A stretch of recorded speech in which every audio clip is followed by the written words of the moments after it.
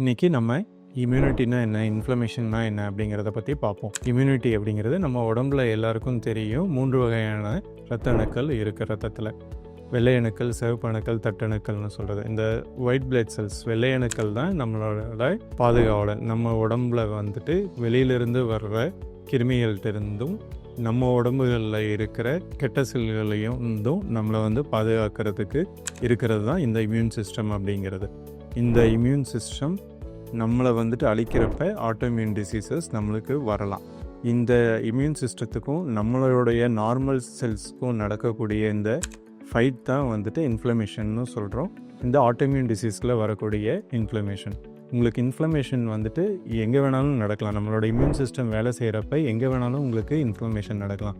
உதாரணமாக உங்களுக்கு ஒரு இன்ஃபெக்ஷன் வந்துருச்சு, வைரஸோ பாக்டீரியாவோ உடம்புக்குள்ளே வந்துருச்சு அப்படின்னா நம்மளுடைய இந்த எதிர்ப்பு சக்தி வெள்ளை அணுக்கள் வேலை செய்கிறத ஒரு இன்ஃப்ளமேட்டரி ப்ராசஸ் தான். அதுவே ஒரு ஃபாரின் பார்ட்டிகள், ஒரு டஸ்ட்டுக்கு நம்மளுக்கு அலர்ஜி வருது இல்லையா, அதுவும் ஒரு இன்ஃப்ளமேஷன் தான்.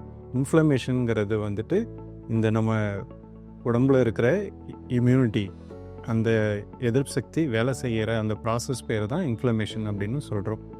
இந்த இன்ஃப்ளமேஷன் நம்மளுடைய மூட்டுகளையோ இல்லை ஸ்கின்னையோ உள்ளுறுப்புகளையோ இந்த ஆட்டோமியூன் டிசீஸில் எஸ்எல்இ ருமட்டாய்டு இதில் பாதிக்கப்படுறப்ப நம்மளுக்கு அதுக்கான நோய்கள் வந்துட்டு இருக்குது.